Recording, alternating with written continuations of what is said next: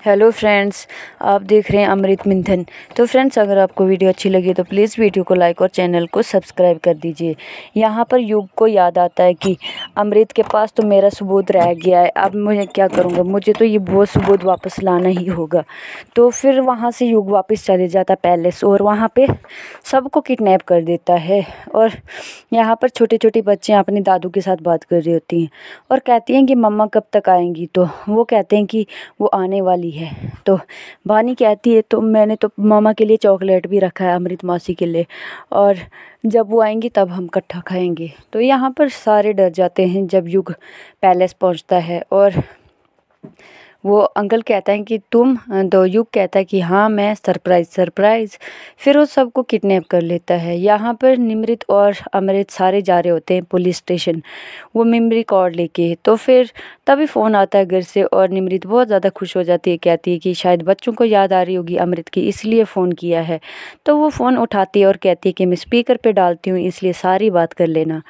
तो तेज वहाँ से युग बात करने लगता है और सारे डर जाते हैं। युग कहता है कि मैं सबको मार दूंगा अगर तुम अभी पैलेस वापस नहीं आओगे तो। फिर तेज कहता है कि कमीने, अगर बच्चों को कुछ भी किया तो मैं तुझे मार डालूंगा।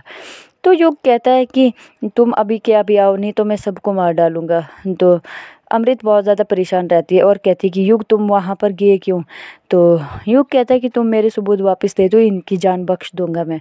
तो अमृत कहती है कि पुलिस स्टेशन जाने से अच्छा है कि हम वापस जाएंगे पैलेस, क्योंकि बच्चों के पास जाना पहले ज़रूरी है। फिर वो वहाँ पर पहुँचती है और युग बंदूक सीधी कर देता है और कहता है कि खबरदार एक कदम भी आगे बढ़े तो। फिर वो डर के मारे वहाँ पे ही खड़ी हो जाती है और युग कहता है कि मुझे वो सबूत दे दो, लेकिन अमृत नहीं देती है, चुपचाप रहती है।